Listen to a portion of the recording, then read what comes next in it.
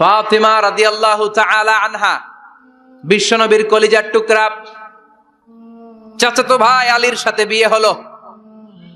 আলী যখন প্রস্তাব দিল ফাতেমার কাছে যে বলে, ও ফাতেমা রাজি আছো কিনা? চুপচাপ, কথা কয় না। বিশ্বনবী বুঝলেন রাজি, দুইজনকে বিয়ে পড়িয়ে দিলেন। বিয়ে পড়িয়ে দুইজনকে দাঁড় করিয়ে দিয়ে বিশ্বনবী ওযু করলেন। ওযু করার পরে সামান্য কিছু ওযুর পানি ছিল আলীর মাথার মধ্যে ছিটিয়ে দিলেন, বরকতের পানি। সুবহানাল্লাহ কইবেন না? সুবহানাল্লাহ। ওযু করে সাইয়েদনা আলীর মাথার মধ্যে ছিটিয়ে দিলেন আর দোয়া করে দিলেন, বারাকাল্লাহু লাকুমা ওয়া বারাকা আলাইকুমা ওয়া জামাআ বাইনাকুমা ফি খাইর। আল্লাহ তোমাদের দুইজনকে বরকত দিয়ে দাম্পত্য জীবন শুরু করার তৌফিক দান করুক। আবার দোয়া করলেন, আল্লাহুম্মা বারিক লাহুমা ফি বিনাইহিমা, ওদের সম্পর্কে বরকত দেন। ওয়া নাসালিহিমা, শিবলিহিমা, ওদের গর্ভে যে সন্তান আসবে এগুলোর শ্রেষ্ঠ সন্তান বানান। 1 বছরের ব্যবধানে ঘরটাকে আলোকিত করে প্রথম সন্তানের জন্ম হাসান। সুবহানাল্লাহ।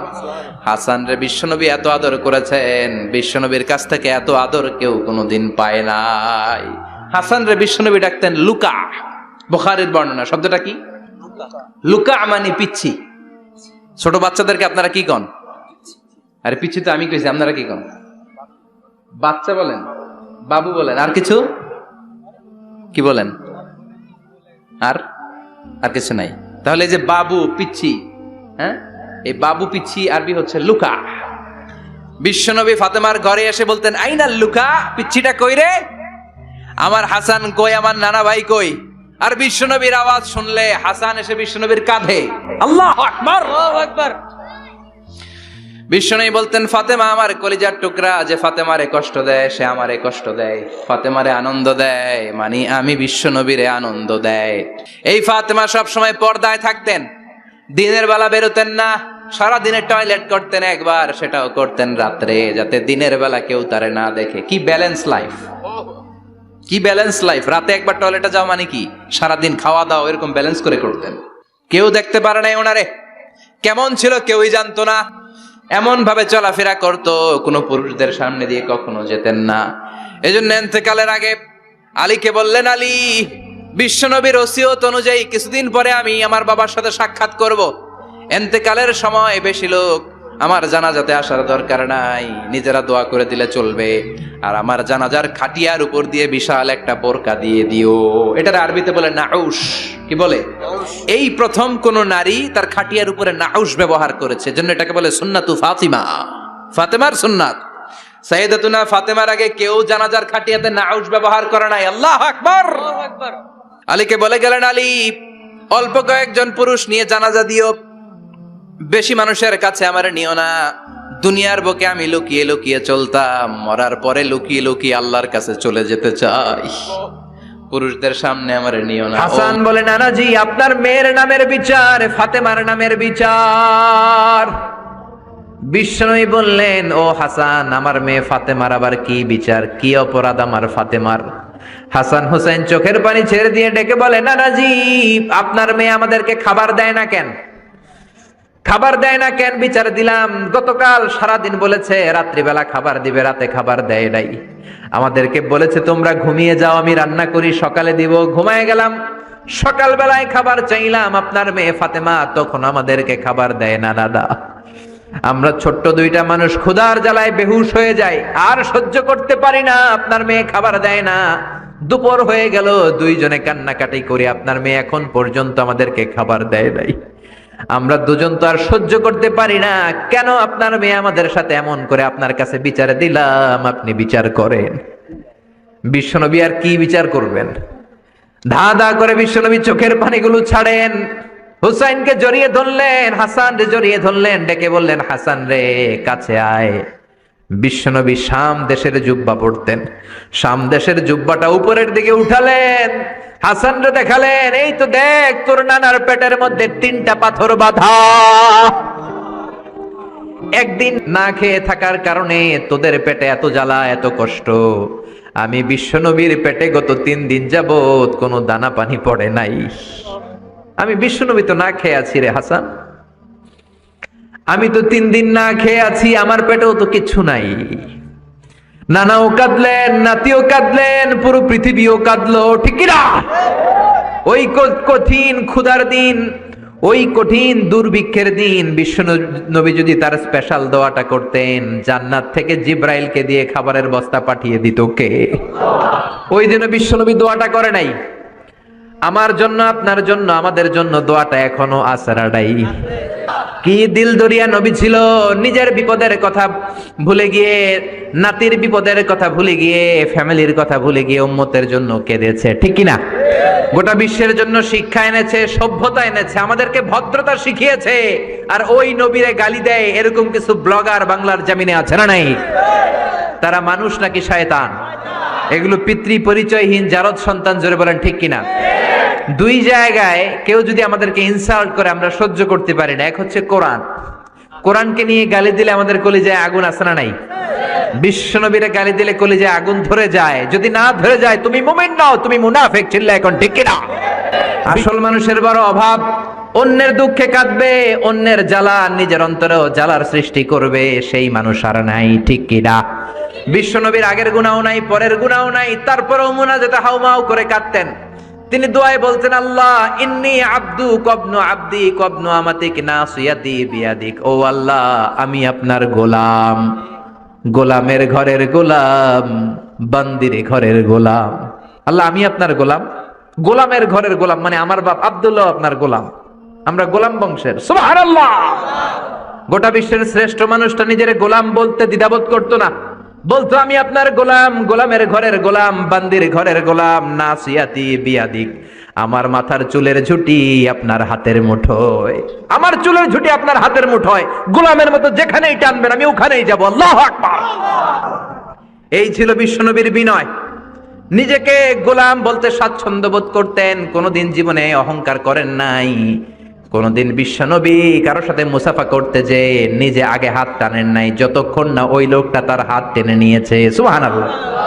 আর বিশ্বনবীর হাত ছিল আলিয়ানু মিনাদ দিবাজ, রেশমের কাপড়ের চেয়েও নরম।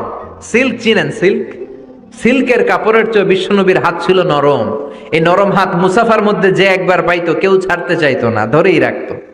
আর বিশ্বনবী নরম হৃদয়ের নবী, কেউ যদি না ছাড়ে বিশ্বনবীও ছাড়তেন না। সুবহানাল্লাহ। ওই নবী মুনাজাতে কাঁদতেন। এজন্য ভাইরা এই কথা বললেন না আল্লাহ আমার দোয়া শোনে না, আপনি দোয়ার মতো দোয়া করেন নাই, এজন্য শোনে নাই, ঠিক কি না? দোয়া কবুল হওয়ার রহস্য হচ্ছে চোখের পানি। বিশ্বনবী বললেন, দুইটা চোখের পানি আল্লাহর কাছে সব চাইতে সেরা।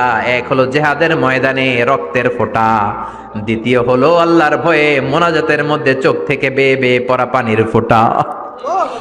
আবার বিশ্বনবী বললেন, অনুশোচনার চোখের পানি চোখ দিয়ে নাকের ডগা বেয়ে বেয়ে জমিনে পড়ার আগে ওই দোয়াটা কবুল করে নেয় কে?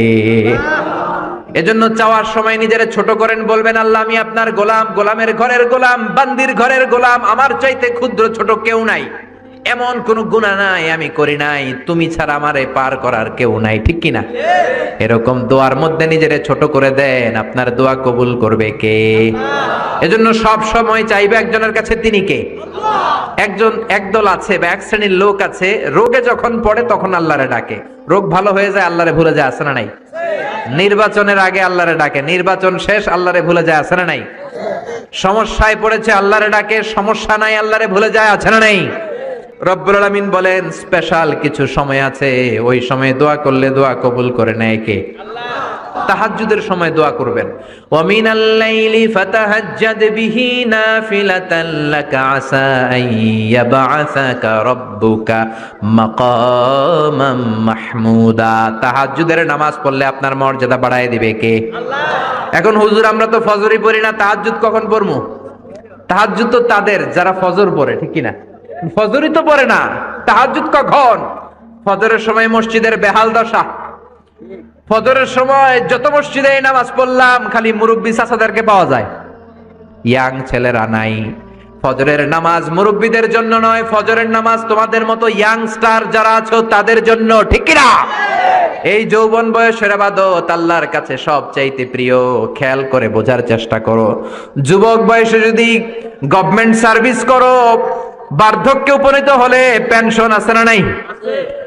অনুরূপ ভাবে যুবক বয়সে যদি ইবাদত করো, বার্ধক্য অবস্থায় ইবাদত করতে না পারলেও পেনশনের হিসাবে তোমার আমলনামায় সওয়াব দিয়ে দিবে কে? এজন্য যুবক বয়সের ইবাদত আল্লাহর কাছে প্রিয়। মসজিদ তখন ধরে যখন আর কাজ করার সুযোগ নাই। মসজিদে তখন যায় যখন কেউ চাকরিতে নেয় না। মসজিদে তখন যায় যখন ঘরের কেউ তার সাথে কথা বলতে চায় না, মানে বয়স হয়ে গেছে 70। তখন দাড়ি রাখে যখন শেভ করতে গেলে হয় গাল কাটবে নয় ব্লেড ভাঙবে, ঠিক না? এজন্য যুবক বয়সে মসজিদে যাও, এখন তোমাদের রক্ত গরম, যা চাও তোমরা তাই করতে পারো। যেই মুরব্বী বাবাদের দাড়িগুলো পাকা হয়ে গিয়েছে তারাও তোমাদের মতো ওই বয়সটা পার করে এসেছে, ঠিক কি না? দুদিনের দুনিয়া, অল্প কয়েকটা বছরের ব্যবধানেই তোমার চুল পাকতে শুরু করবে, তোমার এই রক্ত গরম শরীরটাও ঠান্ডা হয়ে যাবে, তোমার আশেপাশে আর কেউ ঘুরবে না, কেউ তোমারে ডাকবে না, কেউ তোমারে গুনবে না। চিল্লায় বলেন ঠিক কি না? এজন্য কিয়ামতের দিন বিশ্বনবী বলেন, বনি আদম 5টা প্রশ্নের উত্তর না দিয়ে কেউ পা নাড়াতে পারবে না। এর মধ্যে একটা প্রশ্ন হলো, যৌবন বয়সটা তুমি কেমন কাজে লাগিয়েছো? যৌবন বয়সে কি ইসলামের পক্ষে স্লোগান দিয়েছো নাকি আমার বামপন্থীদের দলে গিয়েছো, ঠিক কি না? যৌবন বয়সে কি তাফসির মাহফিলে গিয়েছো নাকি মমতাজের গানের কনসার্টে গিয়েছো? যৌবন অবস্থায় তুমি কি কোরআনের অর্থ পড়েছো, ইসলামী সাহিত্য পড়েছো নাকি চটি বই পড়েছো, ঠিক কিনা? পাই টু পাই কিয়ামতের দিন জিজ্ঞেস করবে কে? আল্লাহ। চিল্লায় বলেন কে? আল্লাহ। এজন্য তাহাজ্জুদের অভ্যাস করেন। যারা তাহাজ্জুদ পড়ে তাদের চেহারায় একটা আলাদা গ্লেস আছে। লোকটা কালো হলেও, যদি কালো রঙের লোক হয়, একটা গ্লেস আছে। আমার অনেক কালো বন্ধু আছে। আমি মিশরে পড়েছি, students of more than 100 nationalities, we used to study, stay and dwell in the same place. 100টারও বেশি দেশের ছাত্র থাকতাম। আমার অনেক আফ্রিকান বন্ধু ছিল, কুচকুচে কালো, তেল তেলে, কিন্তু কালো হলেও চেহারা একটা সৌন্দর্য আছে না নাই? এজন্য কালো মানুষও যদি তাহাজ্জুদ পড়ে চেহারায় নূর বাড়িয়ে দিবে কে? 2 নম্বরে হলো আযান আর ইকামতের মাঝখানে যদি দোয়া করে, ওই দোয়া কবুল করে কে? এটা অনেকে জানে না। আযান দিয়েছে, মসজিদে গিয়েছে, সুন্নত নামাজ পড়ে বসে আছে, কখন ইকামত হবে, আরো 5 মিনিট বাকি, মাথা চুলকায়, আছে না নাই? মোবাইল টেপাটেপি করে, ফেসবুকিং করে, ঘড়ির দিকে তাকায় আছে, ঘড়ির কাঁটাও ঘুরে, ওর মাথাও ঘুরে, আছে না নাই? তো বসে থাকবা কেন তুমি? 5 মিনিট সময় আছে, চাইতে হবে কার কাছে?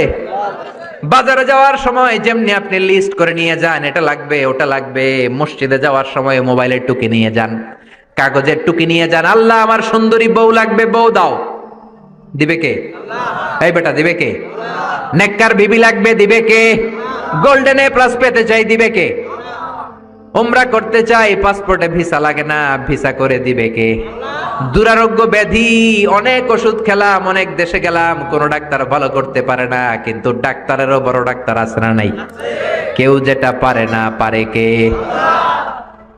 আযান ইকামতের মাঝখানে দোয়া আল্লাহ ফেরায় না। হাদিসে এসেছে, দুআ লা ইরাদ্দু বাইনাল আযানি ওয়াল ইকামা। আযান এবং ইকামতের মাঝখানের সময়টাতে দোয়া করবেন। তারপরে বিশ্বনবী বললেন, দুবুরাস সালাওয়াতিল মাকতুবা, ফরজ নামাজের পরে দোয়া করলে কবুল করে কে? আল্লাহ। এই তাসবির সুন্নাত নাই। মানুষগুলো এত অস্থির, সালামের পরে কখন বেরোবে, কখন বেরোবে, মনে হয় পাবলিক টয়লেটে ঢুকছে, ঠিক কি না? মনে হয় পাবলিক টয়লেটে এসেছে। মসজিদে ঢুকেছো, আল্লাহুম্মা বলে তুমি ঢুকে গেলা আল্লাহর নাম নিয়ে, যখন মসজিদে ঢুকে গেলা তোমার মাথার উপরে রহমত ঢালছে কে? মসজিদ হচ্ছে রহমতের জায়গা। সালাম ফেরানোর পরে তাসবিহ পড়েন, তারপরে আপনি দোয়া করেন। এজন্য সালাম ফেরানোর পরে দোয়া কবুল করে কে? আল্লাহ। এরপরে বিশ্বনবী বললেন, ইনদা নুজুলিল মাতার, আকাশ থেকে যখন বৃষ্টি নামে, ওই বৃষ্টি নামার সময় যদি দোয়া করেন, দোয়া কবুল করে কে? আল্লাহ। আর দুআ লা ইরাদ্দু তাহতাল মাতার, তুফান, ওই বৃষ্টি না, ভ্যাপসা একটা গরম, এই গরমটাকে দূরে সরিয়ে দেওয়ার জন্য একটা ঝিরিঝিরি ঝিরিঝিরি বৃষ্টি পড়ে, ওই বৃষ্টির নিচে দাঁড়িয়ে বৃষ্টির পানি নিয়ে দোয়া করলে কবুল করে কে? আল্লাহ। জানেই না মানুষ, ঠিক কি না? বরং বৃষ্টি আসলে গান গাওয়া শুরু করে দেয়, এই বৃষ্টি ভেজা রাতে তুমি চলে যেও না, আছে না নাই?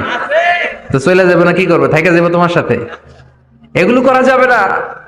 বৃষ্টি রহমতের বৃষ্টি, তুমি বৃষ্টি হাতে নিয়ে দোয়া করো। সুন্দরী বউ লাগবে, দিতে পারে একজন, তিনি কে? আল্লাহ। এজন্য চাইতে হবে একজনের কাছে, তিনি কে? কদরের রাতে দোয়া করলে আল্লাহ কবুল করে, খতমে কোরআনের পরে দোয়া করলে আল্লাহ কবুল করে, হজের মানাসিকুল হজের মধ্যে যে দোয়া করলে কবুল করে, মুসাফির দোয়া করলে কবুল করে, রোজাদার ব্যক্তি দোয়া করলে আল্লাহ কবুল করে, মাজলুম ব্যক্তি দোয়া করলেও আল্লাহ কবুল করে। এজন্য বিশ্বনবী বলেছেন ইত্তাকু দাওয়াতাল মাজলুম, মাজলুমের বদদুয়ারে ভয় করো। ফাইন্না লাইসা বাইনাহু ওয়া বাইনাল্লাহি হিজাব, তার আর তার আল্লাহর মাঝে কোনো পর্দা থাকে না। মাজলুম দোয়া করলেই কবুল, সুবহানাল্লাহ। এরপরে স্পেশাল দোয়া হলো মা বাবার দোয়া। এই দোয়া কোনোদিন ফিরে না, সুবহানাল্লাহ পড়েন। রাজি আছেন মা বাবার কাছে দোয়া চাইতে? রাজি আছেন তো? কোন ঘর আছে যে ঝগড়া হয় না? এরকম কোন ঘর পৃথিবীতে নাই। ঝগড়া হবে, মা বাবার সাথে মিস আন্ডারস্ট্যান্ডিং হবে, হয়ে যেতে পারে দু চার কথা, কিন্তু ক্ষমা চাইতে হবে, ঠিক কিনা? মা বাবার শুধু দোয়াটাই কবুল নয়, মা বাবার দোয়াও কবুল, বদদোয়াও কবুল। কি আজীব তামাশা! এমন যদি হয়তো দোয়াটা কবুল হয় কিন্তু বদদোয়াটা কবুল হয় না, তাহলে তো বাইসা যেতাম, ঠিক কিনা? কিন্তু দোয়াও কবুল, বদদোয়াও। আমাদের সবচাইতে বড় পীর হবে আমার বাবা, সবচাইতে বড় পীর হলো আমার মা। সবচাইতে বেশি আমরা যার কাছে দোয়া চাইতে যাব তিনি হলেন আমার বাবা, তিনি আমার মা। চিল্লায় বলেন ঠিক কিনা? বিশ্বনবী মক্কা থেকে মদিনায় হিজরতের আগে মদিনায় দুইটা গোত্র ছিল। এই গোত্রের মধ্যে 120 বছর ধরে মারামারি। কয় বছর? 120। কেউ এই মারামারিটা বন্ধ করতে পারে না। গোত্র দুইটার নাম হচ্ছে আউস আর খাজরাজ। আউস খাজরাজের মারামারি। বাবা মরে যাওয়ার সময় ছেলেরা ওসিয়ত করা যায়, নসিহত করা যায়, বাবারে আমারে কোপাইছে তুইও কোপাবি। ওই বলে আবার নাতিরে কয় আমারে মারছে তুইও মারবি। তো বংশ পরিক্রমায় মারামারি চলতেই থাকে, কেউ আর থামাইতে পারে না। বিশ্বনবী মক্কা থেকে মদিনায় হিজরত করতে এসে মদিনায় বাসাবাড়ি করে 7 দিনের মাথায় 120 বছরের মারামারি থামায় দিলেন। কি নবী ছিল! মিলায় দিতেন। ফাসলিহু বাইনা আখাওয়াইকুম, ভাইয়ে ভাইয়ে মারামারি লাগলে মিলায়ে দাও। স্বামী স্ত্রীর ঝগড়া হলে মিলায়ে দিবেন। এজন্য মায়েরা, বোনেরা, বিশ্বনবী বলেছেন তাকফুরনাল আশিরা, মেয়েদের সবচেয়ে বড় একটা সমস্যা হচ্ছে স্বামীর নাশুকরি করে। স্বামী দিতে পারলে ভালো, দিতে না পারলে কয় তুমি আমার জীবনে কিচ্ছু দাও নাই। এরকম আছে না নাই? স্বামী আর স্ত্রী বানায় যেজন মিস্ত্রি সে বড় আজব কারিগর, ঠিক কিনা? এজন্য এই সম্পর্কটা সাইয়েদানা আদম আর হাওয়া থেকে শুরু হয়েছে। কিয়ামত পর্যন্ত স্বামী আর স্ত্রীর এই সম্পর্কের মাধ্যমে গোটা বিশ্বটারে জারি রেখে দিয়েছে কে? তো এই জন্য নারীদের জন্য জান্নাতে যাওয়া সহজ, তারা যদি কিছু প্রসিডিউর মেনটেন করে। বিশ্বনবী বললেন কোন নারী যদি 4টা কাজ করে ওই নারীর জন্য 8টা জান্নাতের দরজা খুলে দিবে কে? আল মারআতু ইযা সাল্লাত খামসাহা সামাত শাহরাহা আতাআত বা'লাহা হাফিজাত ফুরুজাহা ফালতাদখুল মিন আইয়ি আবওয়াবিল জান্নাতি শাআত। মায়েরা ভালো করে শোনেন, যে নারী 5 ওয়াক্ত সালাত পড়বে, রমাদানের রোজা রাখবে, স্বামীর আনুগত্য করবে, লজ্জাস্থানের হেফাজত করবে, এই 4টা কাজ করলে আল্লাহ তাআলা তার জন্য 8টা জান্নাতের দরজা খুলে দিবেন। এজন্য বিশ্বনবীও কালেকশন করতেন। তো বিশ্বনবী বললেন মহিলারা বেশি বেশি দান করো। এই কথা শোনার পরে মহিলারা দান করা শুরু করলো। কেউ নাকের ফুল, কেউ কানের দুল, কেউ হাতের বালা, কেউ পায়ের নুপুর, কেউ গলার চেইন বিশ্বনবীর হাতে জিহাদের জন্য দান করতে শুরু করলেন। বিশ্বনবীর হাত কয়টা? একটা বলে দুইটা। তো 2 হাতে বিশ্বনবী আর কয়টা নেবেন? আর নিতে পারে না। বেলালরে বললেন বেলাল তোমার চাদরটা নিয়ে আস।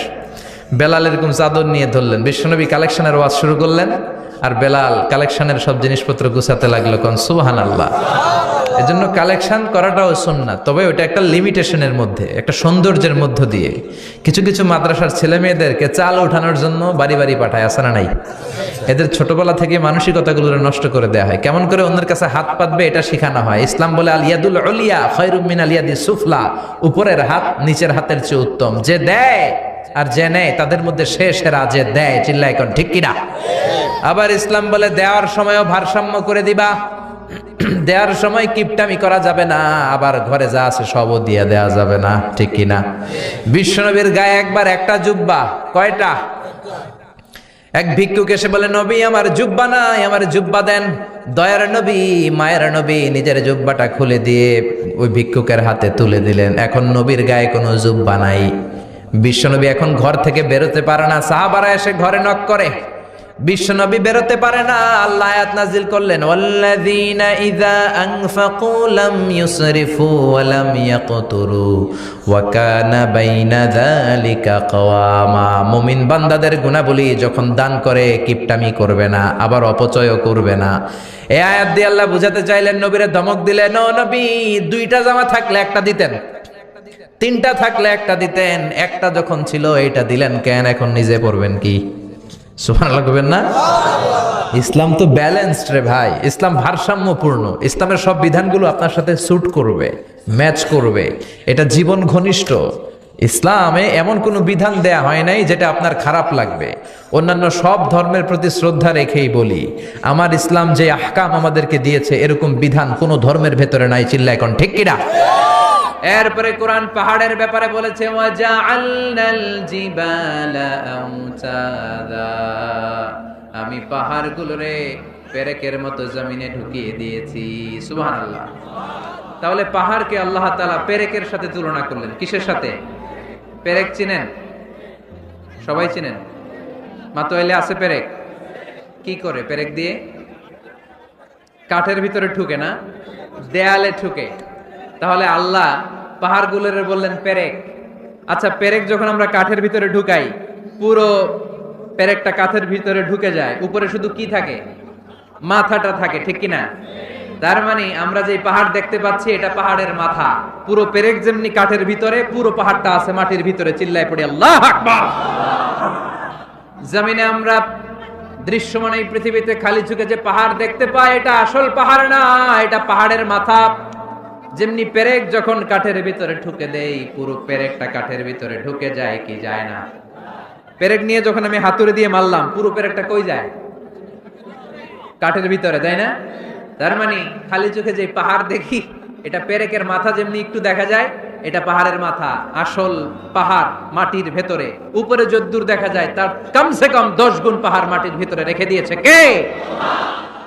আবার আল্লাহ বললেন ওয়ামিনাল জিবালি জুদাদুম বীদুন ওয়া হুমরুম মুখতালিফুন আলওয়ানুহা ওয়া গরাবিবু সুদ। পাহাড়ের মধ্যে কোন পাহাড় আমি বানিয়েছি ধবধবে শুভ্র সাদা, কোন পাহাড় আমি বানিয়েছি রক্তিম লাল, কোন পাহাড় আমি বানিয়েছি কুচকুচে কালো। 3 কালারের পাহাড়। কয় কালারের? মৌলিকভাবে ধবধবে শুভ্র সাদা পাহাড়, অথবা রক্তিম লাল পাহাড়, অথবা কুচকুচে কালো পাহাড়। আপনি পৃথিবীর পাহাড়গুলো নিয়ে যদি গবেষণা করেন, বিভিন্ন রঙের পাহাড় আপনি দেখবেন। আমি তো পৃথিবীর অনেক জায়গায় পাহাড় দেখেছি। মিশরে আমি তুর পাহাড়ের চূড়ায় উঠেছি। ওখানে যেখানে মুসা আলাইহিস সালামের কাছে আল্লাহ নূরের তাজাল্লি দিয়ে ফোকাস করেছেন, পাহাড়টার নাম তুর পাহাড়। 2 বার আমি উঠেছি এটার চূড়ায়। উঠতে আমার অনেক কষ্ট হয়েছে। ওখানে উঠে ফজরের সালাত পড়ে আমি খেয়াল করে দেখলাম তুর পাহাড়ের আশেপাশের পাহাড়গুলো কোনোটা খয়েরি, কোনোটা কালো, কোনোটা লাল, কোনোটা ধূসর। আল্লাহু আকবার। এক এক পাহাড়কে এক এক রং দিয়ে তৈরি করলো কে? পৃথিবীতে চায়না নামে একটা দেশ আছে না?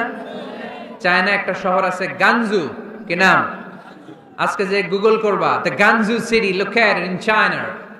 চায়নাতে অবস্থিত গানজু শহরে একটা পাহাড় আছে। এই পাহাড়ের নাম রেইনবো মাউন্টেন। কি নাম? মানে রংধনুর পাহাড়। রংধনুর কয় রং? সবাই কন, আরো জোরে। 7 রং না? আমরা ছোটবেলায় মুখস্থ করতাম বেনিয়া সহকলা, বেনিয়া সহকলা। এই 7 রঙের পাহাড় ওখানে দেখা যায়। এক জায়গায় 7 রঙের পাহাড়। সুবহানাল্লাহ কইতে পারলেন না? মজা করে বানালো কে? সুনানে তিরমিজি আর মুস্তাদরাকে হাকিম, মুসনাদে আহমদ ইবনে হাম্বলের হাদিস। আল্লাহ যখন পৃথিবী বানালেন, এই পৃথিবীটা ঘোরার পাশাপাশি কাঁপাকাঁপি শুরু করে দিল। এই পৃথিবীর কাঁপাকাঁপি বন্ধ করার জন্য রব্বুল আলামিন পৃথিবীর মধ্যে পাহাড় গেড়ে দিলে। 7টা tectonic plate, 7 tectonic plates creates the mountain range on earth. 7টা টেকটনিক প্লেট আল্লাহ দিলেন। পৃথিবী সৃষ্টি করার পরে পৃথিবী কাঁপে। আল্লাহ পাথর দিয়ে পেরেক মারলেন, পৃথিবী আর কাঁপে না। সুবহানাল্লাহ কর। ফেরেশতারা দেখে তো অবাক। ফেরেশতারা বলে আল্লাহ পাহাড়ের এত শক্তি, পাহাড় গেড়ে দিলেন পৃথিবীতে, আর পৃথিবী কাঁপে না। হাল মিন খালকিকা আশাদ্দু মিনাল জিবাল। আল্লাহ আপনার সৃষ্টির মধ্যে পাহাড়ের চেয়েও শক্তিশালী কি কিছু আছে? আল্লাহ বললেন নাআম, আছে। আল হাদিদ, লোহা। লোহা পাহাড়ের চেয়েও শক্তিশালী, কারণ লোহা পাহাড়ে মারলে পাহাড় ভেঙে যায়, ঠিক কিনা? ফেরেশতারা আরো অবাক, লোহা এত শক্তিশালী। হাল মিন খালকিকা আশাদ্দু মিনাল হাদিদ। আল্লাহ তাহলে লোহার চেয়ে শক্তিশালী মনে হয় কিছু নাই, আছে? আল্লাহ বললেন নাআম, আছে। আন্নার, আগুন, কারণ আগুনের মধ্যে লোহা ফেলে দিলে লোহা গলে যায়, ঠিক কিনা? ফেরেশতারা তো আরো অবাক। ফেরেশতারা বলে তাই নাকি? আগুন এত শক্তিশালী, তো হাল মিন খালকিকা আশাদ্দু মিনান নার। আল্লাহ আপনার সৃষ্টিতে আগুনের চেয়েও শক্তিশালী কিছু আছে? আল্লাহ বলে আছে আলমা, পানি, কারণ আগুনের মধ্যে পানি ঢাললে আগুন পাওয়া যায়। ফেরেশতারা তো এবার আরো অবাক, পানি এত শক্তিশালী, ওই পানি গট গট গট গট করে আমরা খাই। নবী আমার যেটা খেতে বলেছেন এটা খেলে আমাদেরকে সুস্বাস্থ্য দান করবে কে? তার মানে প্রাণীবিদ্যায় আমরা কোরআন থেকে যে তথ্য পেয়েছি, এই তথ্যের সাথে বিজ্ঞানের তথ্যের মিল আছে না নাই? কোনো অমিল আছে? কিন্তু বিজ্ঞান যদি কোনো অমিল খুঁজে পাওয়া যায়, বিজ্ঞানী বাবাজিদের কি করতে হবে? কি করতে হবে? They have to wait unless they get their final discoveries, the latest and modern invention. তাদের নতুন ইনভেনশন যতক্ষণ না আসে বসে থাকতে হবে, কারণ তোমাদের কথা ফাইনাল না। বিজ্ঞানের সবচেয়ে বড় থিওরি যে বিজ্ঞানের কোনো থিওরি ফাইনাল না, আর কোরআনের সবচেয়ে বড় থিওরি কোরআন যাই বলেছে তাই মনে থাকবে। এজন্য কোনো কিছু যদি বিজ্ঞানী ভাইয়েরা অমিল পান, ওয়েট, বসেন, রিল্যাক্স, চা খান, ঠান্ডা মাথায় চিন্তা করেন, আরো গবেষণা করেন, যে এটা অমিল পাইছেন, গবেষণা বেশি বেশি করলে ওইটাও মিল পেয়ে যাবে, ঠিক কিনা? যারা অন্ধকারে সুন্দরী নারী পেলে ধর্ষণ করতে দেরি করে না, চিল্লায় বলো ঠিক কিনা? এই জন্য নারীদেরকে সম্মান দিয়েছে ইসলাম। সাইয়েদনা আদম আলাইহিস সালাম আর হাওয়া আলাইহিস সালামকে শয়তান জান্নাতে নেকেট করতে চেয়েছে। ওই শয়তানের মিশন দুনিয়াতে আজ আছে না নাই? আল্লাহ বললেন ওয়াত-তিনি ওয়াজ-যাইতুনি ওয়া তুরি সিনিনা ওয়া হাযাল বালাদিল আমিন। তো সূরা ৩ এর কসম কাটলো কে? ডুমুর ফলের কসম কেটেছেন। এরপর আল্লাহ বলেছেন ওয়াজ-যাইতুন, যাইতুনের কসম। যাইতুন মানে অলিভ অয়েল, যাইতুন মানে কি? Olive oil. জলপাই, বাংলায় বলে জলপাই। বাংলায় কি বলে? জলপাই। জলপাই খাইছেন আপনারা? জি। বাংলাদেশের জলপাই আর আরব দেশের জলপাইয়ের মধ্যে একটু পার্থক্য আছে। এই যাইতুন, অলিভ অয়েল বা জলপাই, এটা হিল ট্রাক্টস, পাহাড়ি এরিয়াতে জন্মায়। বিষ্ণু বলেছেন কুলু যাইত ওয়াদাহিনু, যাইতুনের তেল খাও, তেল দাও, তেল মালিশ করো। যাইতুনের তেলে আল্লাহ বরকত ঢুকায় দিয়েছে। আপনার দেহের যে ব্যাড কোলেস্টেরল লেভেল আছে এটাকে নামিয়ে ফেলবে, সুবহানাল্লাহ পড়েন। যাইতুনের তেল দাড়িতে মাখবেন, চুলে মাখবেন, দাড়ি চুল সহজে পাকবে না। যৌবনকে আমরা ধরে রাখতে চাই না, তাহলে যাইতুনের তেল খাবেন। এটাকে সালাদের মধ্যে ইউজ করা যায়, সালাদে ড্রেসিং করার জন্য ইউজ করা যায়। তিন ধরনের যাইতুন আছে। একটা হচ্ছে extra virgin, less than 1% acid দিয়ে এটাকে পিউরিফাই করে। নোয়াখালীতে কোনো সুপার শপ আছে কিনা? কেনাকাটা, নোয়াখালী সুপার মার্কেট। আচ্ছা, আর কি আছে? কেনাকাটা। এই কেনাকাটা বা স্বপ্ন বা আগরা, এগুলোর ক্ষেত্রে আপনারা এই যাইতুনের তেল পাবেন। এটা খাবেন, এটা বাচ্চাদের গায়ে মালিশ করবেন। চামড়ার মধ্যে মালিশ করলে, ম্যাসেজ করলে চামড়ার ত্বকের মধ্যে ভাঁজ পড়বে না, আপনার যৌবন আপনি ধরে রাখতে পারবেন। আলহামদুলিল্লাহ পড়েন। আবার বিশ্বনবী বলতেন এই যাইতুন গাছটা এত বরকতের গাছ, যাইতুন ফল খাওয়া যায়, যাইতুনের তেল মালিশ করা যায়, আবার যাইতুনের ডাল ভেঙে মেসওয়াক করা যায়। নি'মাস সিওয়াকি যাইতুন ফাইন্নাহু সিওয়াকি ওয়া সিওয়াকুল আমবিয়া মিন ক্বাবলি। যাইতুনের ডালের মেসওয়াক কতই না ভালো মেসওয়াক, কারণ এটা দিয়ে আমিও মেসওয়াক করি। আমার আগের সব নবীরা যাইতুনের ডাল ভেঙে ভেঙে মেসওয়াক করতেন। চিৎকার করে বলেন সুবহানাল্লাহ।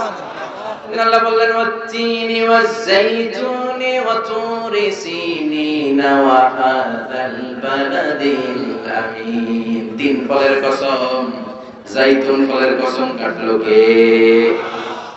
আসলে তিন আর যাইতুন দিয়ে কসম কেটে আল্লাহ যে এলাকায় তিন যাইতুন বেশি হয় ওই এলাকায় কসম কেটেছেন। মুফাসসিরিনদের কথা, সুবহানাল্লাহ পড়া। সবচেয়ে বেশি তিন আর যাইতুন হয় শাম দেশে। কোন দেশে? যেটা বর্তমান সিরিয়া, ফিলিস্তিন। বিষ্ণু বলেছেন তুবা লিশাম, শাম দেশের মধ্যে অনেক বরকত। আল্লাযী বারাকনা হাওলাহু, এই শাম দেশের চারদিকে আমি বরকত দিয়ে ভরে দিয়েছি। চিল্লায় বল সুবহানাল্লাহ। এই শাম দেশ হলো বিশ্বনবীর মেরাজের স্টেশন। মেরাজ করতে যে সরাসরি রব্বুল আলামিন বিশ্বনবীকে মক্কা থেকে আকাশে তুলে নেয় নাই, মক্কা থেকে বিশ্বনবীকে বাইতুল মুকাদ্দাসে নিয়েছে কে? সুবহানাল্লাযী أسرى بعبده ليلا من المسجد الحرام إلى المسجد الأقصى الذي باركنا حوله لنريه من آياتنا. سبحان الله. مسجد الحرام থেকে মসজিদুল আকসা। এই মসজিদুল আকসা one of the three important mosques in Islam. মসজিদুল হারামে এক রাকাত সালাত করলে 1 লক্ষ রাকাতের সওয়াব। মসজিদে নববীতে এক রাকাতে 1000 রাকাতের সওয়াব। এই মসজিদুল আকসাতে এক রাকাত নামাজ পড়লে 500 রাকাতের সওয়াব। আমরা হজ উমরায় মসজিদুল হারাম আর মসজিদে নববীতে পড়তে পারি, কিন্তু মসজিদুল আকসায় পড়তে পারি না। কারণ ইহুদিরা গোটা বিশ্বের সবচেয়ে টেরা জাতি, অভিশপ্ত জাতি, এই ইহুদিরা আমাদের মসজিদুল আকসার চারদিকে ব্যারিকেড দিয়ে রেখেছে। এই ইহুদিদের সাথে মুসলমানদের কোনো সম্পর্ক, এজন্য প্রতিদিন নামাজে আমরা বলি গায়রিল মাগদুবি আলাইহিম, আল্লাহ যাদের উপর আপনার রাগ, আপনার ক্রোধ, তাদের সাথে আমাদের কোনো সম্পর্ক নাই। তারা নিজেদের 70,000 নবীকে জবাই করেছে। তারা আমার নবীকে বিষ মাখানো খাবার দিয়ে হত্যার ষড়যন্ত্র করেছে এবং আমার নবীর লাশ চুরি করার জন্য ষড়যন্ত্র করেছে। ইন্তেকালের পর বিশ্ব নবীর শান্তি দেয় নাই। গোটা বিশ্বে এইচআইভি ভাইরাসের ছড়াছড়ি ঘটিয়েছে ইহুদি অভিশপ্ত লানতের জাতিরা। বিশ্বে বিমান ছিনতাই কাকে বলে কেউ জানতো না। প্রথম বিমান ছিনতাই করেছে ইহুদিরা। ইহুদিরা গোটা বিশ্বব্যাপী সুদের কারবার শুরু করেছে। এজন্য ইহুদিদের সাথে আমাদের কোনো সম্পর্ক। এই মসজিদুল আকসা আমাদের দ্বিতীয় কিবলা। মক্কা থেকে মদিনায় হিজরতে যে বিশ্বনবী মসজিদুল আকসার দিকে হয়ে 16 মাস কিংবা 17 মাস নামাজ পড়েছে। আব্দুল মাহশার ওয়াল মানশার, কিয়ামতের ময়দানটা সহিহ হাদিসে এসেছে এই ফিলিস্তিনের এই শাম দেশে সিরিয়ার উপরে হবে। জিল্লাহ সুবহানাল্লাহ। সিরিয়া ফিলিস্তিনের উপরে কিয়ামত হবে, কিয়ামতের ময়দান প্রতিষ্ঠিত হবে। সাইয়েদনা ঈসা আলাইহিস সালাম এই সিরিয়াতে নামবেন। সিরিয়া উমাইয়াদের একটা জামে মসজিদ আছে, সাদা মিনার, এখনো মসজিদটা আছে। সুবহানাল্লাহ পড়েন। ওই মসজিদের সাদা মিনারের পাশে আসর আর মাগরিব নামাজের মাঝখান দিয়ে ঈসা আলাইহিস সালাম দুইটা চাদর পরে ফেরেশতার পাখায় ভর করে শাঁ করে জমিনে নেমে আসবে। এবং ফিলিস্তিনে এখনো একটা জায়গা আছে, জায়গাটার নাম হচ্ছে বাবুল লুদ। ওই জায়গায় সাইয়েদনা ঈসা আলাইহিস সালাম নিজ হাতে দাজ্জালকে হত্যা করবে। এজন্য আল্লাহ বললেন এই তিন আর জাইতুনের কসমের মধ্য দিয়ে মূলত আমি বরকতের জায়গা ফিলিস্তিনের কসম কেটেছি। সুবহানাল্লাহ। এরপরে আল্লাহ বললেন ওয়াতুরে সিনিন, তুরে সিনিনের কসম, তুর পাহাড়ের কসম। নাম শুনছেন না? মিশরের দুইটা জেলা আছে, সাউথ সাইনা, নর্থ সাইনা, মানে উত্তর সাইনা, দক্ষিণ সাইনা। এই দক্ষিণ সাইনাতে এই তুর পাহাড় অবস্থিত 2285 মিটার উঁচু। সুবহানাল্লাহ বলেন। তুর পাহাড়ের উপরে সাইয়েদনা মুসা আলাইহিস সালাম আল্লাহর সাথে কথা বলতেন। সুবহানাল্লাহ করবেন না? এই তুর পাহাড়ের উপরে রব্বুল আলামিন মুসা আলাইহিস সালামের কাছে তাওরাত কিতাব নাযিল করেছেন। নিজ হাতে লিখে কাঠের ফলকের মধ্যে মুসা আলাইহিস সালামকে দিয়ে বললেন, মুসা এই নাও তাওরাতের বাণী, বনি ইসরাইলের কাছে নিয়ে যাও, তাওরাতের বাণী প্রচার করো। মুসা আলাইহিস সালাম অনেক শক্তিশালী মানুষ ছিলেন। এক থাপ্পড় মেরে ফেরাউনের বাবুর্চিকে দুনিয়া থেকে বিদায় করে দিয়েছেন। রেগে গেলে ওনার মাথার চুলগুলো টুপি ভেদ করে উপর দিয়ে এরকম খাড়া হয়ে দাঁড়িয়ে যেত। থাপ্পড় মেরে মালাকুল মউতের চোখ কানা করে দিয়েছিলেন। তো মুসা আলাইহিস সালামের গায়ে এত শক্তি, উনি ভাবলেন আল্লাহ তাআলা এই তুর পাহাড়ের উপরে আমাকে তাওরাত কিতাব দিলেন। আল্লাহ নিজ হাতে লিখে লিখে দিলেন কাঠের ফলকের উপর, তক্তার উপর। কত খুশনসিব আমার, যাই যাই তাওরাতের ফলকগুলো নিয়ে বাড়িতে যাই, এটা দাওয়াত দিতে হবে। কিন্তু কাঠের তক্তার মধ্যে হাত দিয়ে দেখে তক্তা নাড়ানো যায় না। এর চেয়ে অনেক বড় তক্তা জীবনে উনি কাঁধে নিয়েছেন, কিন্তু তাওরাত লেখা তক্তা নাড়ানো যায় না। তক্তা চিনেন তো না? চিনেন? কাঠের বড় বড় মোটা তক্তা থাকে না? তো এই তক্তা নাড়ানো যায় না। উনি ভাবলেন এই দিক দিয়ে নাড়ানো যায় না, মনে হয় ওই দিক দিয়ে যাবে। ঘুরে ওই দিক দিয়ে যে তক্তা ধরে টান দেয়, কিন্তু তক্তা নাড়ানো যায় না। এবার ভাবলেন মাঝখান থেকে ধরলে মনে হয় পারা যাবে, মাঝখান দিয়েও পারা যায় না। আল্লাহর ডেকে বললেন, আল্লাহ কেমন তক্তার উপরে তাওরাত লিখে দিলা, তক্তা নড়ে না। আমার ভাই জিব্রাইল রে বলো আমারে সাহায্য করতে। আল্লাহ বললেন, জিব্রাইল যাও সাহায্য করো তোমার ভাই মুসারে। সাইয়েদনা মুসা বললেন, ও জিব্রাইল তুমি ওই দিকে ধরো, আমি এই দিকে ধরি, দুইজনে মিলে টান দেই। এইও আরো জোরে, আসরা নাই? দুইজনে মিলে এইও কে টান দিচ্ছে। কিন্তু কি আজীব তামাশা, দুইজনে মিলে টানাটানির পরে তক্তা নড়ে। যত গায়ে জোর আছে ইচ্ছে মতো টান দিচ্ছে। টানের চোটে দেহের প্রতিটা লোমকূপ দিয়ে ঘাম বের হচ্ছে। টানের চোটে কোমরের রগ ছিঁড়ে যাওয়ার অবস্থা, কিন্তু তক্তা নাড়ানো যায় না। সুবহানাল্লাহ। ও আল্লাহ, জিব্রাইল তো পারে না, জিব্রাইলের সহকারী ফেরেশতাদের পাঠাও, সবাই মিলে তক্তা টানাটানি করে, তক্তা নড়ে না। আল্লাহ বললেন, মুসা তক্তার ওজন নাই, কিন্তু এই তক্তার মধ্যে যেই বাণীগুলো লেখা, বাণীটা কার? এটা বোঝানোর জন্য আমি তক্তার ওজন বাড়িয়ে দিয়েছি, এবার তুমি একাই পারবা, কাঁধে নাও, কাঁধে নিয়ে বাড়িতে যাও। এবার মুসা আলাইহিস সালাম একা তক্তাগুলো কাঁধে নিয়ে বাড়িতে রওনা বলে। এই তাওরাত কিতাব আল্লাহ তাআলা তুর পাহাড়ের উপরে নাযিল করেছেন। সুবহানাল্লাহ। মেরাজের রজনীতে বিশ্বনবীকে আকাশ দিয়ে উড়িয়ে তুর পাহাড়ের উপরে রেখে সাইয়েদনা জিবরাইল বললেন, নবী আপনি একটু দোয়া করেন। বিশ্বনবী বললেন, আমাকে দোয়া করতে বললা, এটা কোন জায়গা, কোন পাহাড়? অন্ধকারে কিচ্ছু দেখি না। সাইয়েদনা জিবরাইল বললেন, এটা আপনার ভাই মুসার পাহাড়, এটা হলো তুর পাহাড়। মেরাজের রাতে বিশ্বনবী ওখানে একটা স্টেশন দিয়েছেন। আমি নিজেই তুর পাহাড়ে জীবনে 2 বার উঠছি। আলহামদুলিল্লাহ। ওইখানে গেলাম। তুর পাহাড়ের উপরে একটা খ্রিস্টানদের ছোট চার্চ আছে, ইহুদিদের একটা ছোট্ট সিনাগগ আছে। আমাদের যেমনি মসজিদ, ইহুদিদের মসজিদের নাম কি? সিনাগগ। কি নাম? একটা সিনাগগ আছে। আর আমাদের ছোট্ট একটা মসজিদ আছে। ফজরের সালাত পড়লাম, সেখান থেকে নেমে আসলাম। এই তুর পাহাড় এমন একটা জায়গা, ইয়াজুজ মাজুজ এসে যখন পৃথিবীতে ফিতনা ছড়াবে, সাইয়েদনা ঈসা আলাইহিস সালামের নেতৃত্বে দুনিয়ার সব মুসলমানগুলো তুর পাহাড়ের উপরে যে আশ্রয় নেবে, চিল্লায় বলবে সুবহানাল্লাহ। এজন্য আল্লাহ বললেন, ওয়াত-তিনি ওয়াজ-যাইতুনি ওয়া তুরি সিনিনা ওয়া হাদাল বালাদিল আমিন। তার মানে তিন আর যাইতুন দিয়ে আল্লাহ ফিলিস্তিনের কসম কাটলেন, তুর পাহাড়ের মধ্য দিয়ে আল্লাহ মিশরের কসম কাটলেন, আর সর্বশেষে ওয়া হাদাল বালাদিল আমিন, এই নিরাপদ শহরের কসম বলে আল্লাহ মক্কাতুল মুকাররমার কসম কাটলেন। চিৎকার করে বলেন সুবহানাল্লাহ। এই তিনটা দেশে বড় বড় তিনজন নবীকে পাঠিয়েছে কে? ফিলিস্তিন হলো সাইয়েদনা ঈসা নবীর জন্মস্থান, মিশর হলো মুসা নবীর জন্মস্থান, মক্কাতুল মুকাররমায় বিশ্ব নবীর জন্মস্থান। আসরানে কথা যারা করেছেন দেখবেন সৌদি গভর্নমেন্ট বিশ্ব নবীর জন্মস্থানটাকে চিহ্নিত করে রেখেছে, একটা লাইব্রেরি, মাকতাবা। ওইখানে গেলে ফ্রি বই পাওয়া যায়, বিশ্ব নবীর জন্মস্থান। এর পাশে আবু জাহিলের জন্মস্থান। ওইখানে সৌদি সরকার টয়লেট বানায় রাখছে। বাঙালি হাজিরা জেদ্দা এয়ারপোর্টে নেমেই সবার আগে কয় আবু জাহিলের টয়লেট কই। সবাই বলে, আরে এই না জেদ্দা, 80 কিলো দূরে মক্কা, এরপর আপনি উমরা করবেন, হোটেলে যে বিশ্রাম নেবেন, চুল চেঁচে ফেলবেন, এরপরই না আবু জাহিলের বাড়ি। কয় না, আগে ওর বাড়িতে যাবেন, যাইয়া আইগা ভরাই দিয়ে আসুন।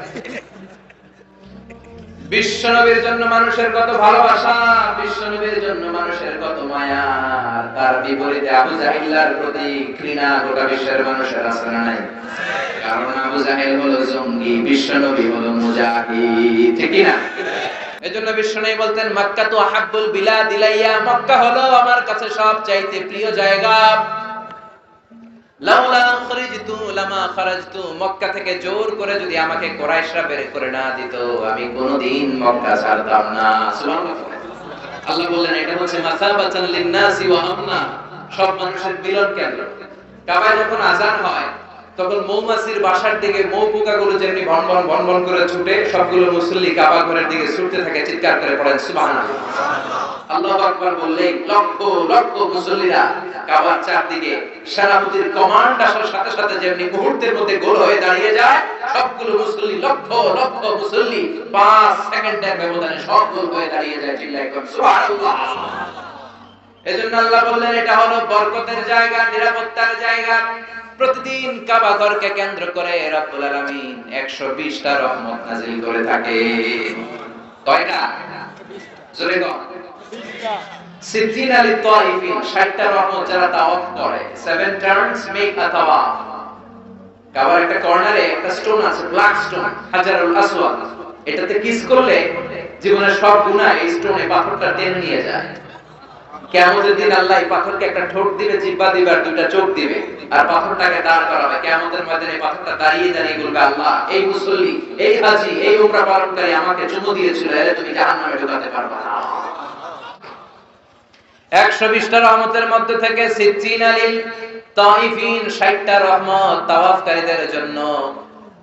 40 লিল মুসাল্লিন, 40টা রহমত যারা কাবার চারদিকে নামাজ পড়ে তাদের জন্য। ওয়াল 20 লিন নাযিরিনা ইলাল কাবা, বাকি 20টা রহমত যারা তাওয়াফ করে না, নামাজও পড়ে না, শুধু কাবার দিকে নজর করে তাকিয়ে থাকে। কাবার দিকে নজর করে তাকালেই সব। যেতে মনে চায় না? কাবার দেখতে মনে চায়? কার কার হাত তুলে আল্লাহ দেখা।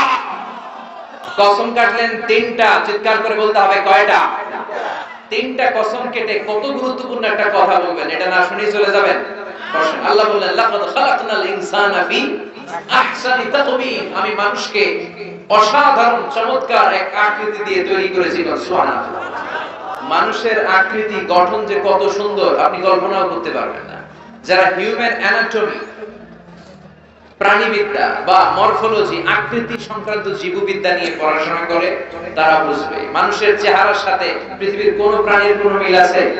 পৃথিবীর সবগুলো কুকুরের কেন্দ্রীয় চেহারা প্রায় একরকম, পৃথিবীর সব ছাগলের চেহারা একরকম, সব গরুর চেহারা একরকম, কিন্তু পৃথিবীতে 700 কোটি মানুষের বসবাস, একটা মানুষের চেহারার সাথে আরেকটা মানুষের চেহারার মিল আছে? আরো কত 700 কোটি পৃথিবীতে ছিল, এখন কবরবাসী। আরো কত 700 কোটি কিয়ামতের আগ পর্যন্ত আসবে। একটা মানুষের চেহারার ব্লুপ্রিন্টের সাথে, ডিজাইনের সাথে পৃথিবীর আরেকটা মানুষের চেহারার কোনো মিল আছে?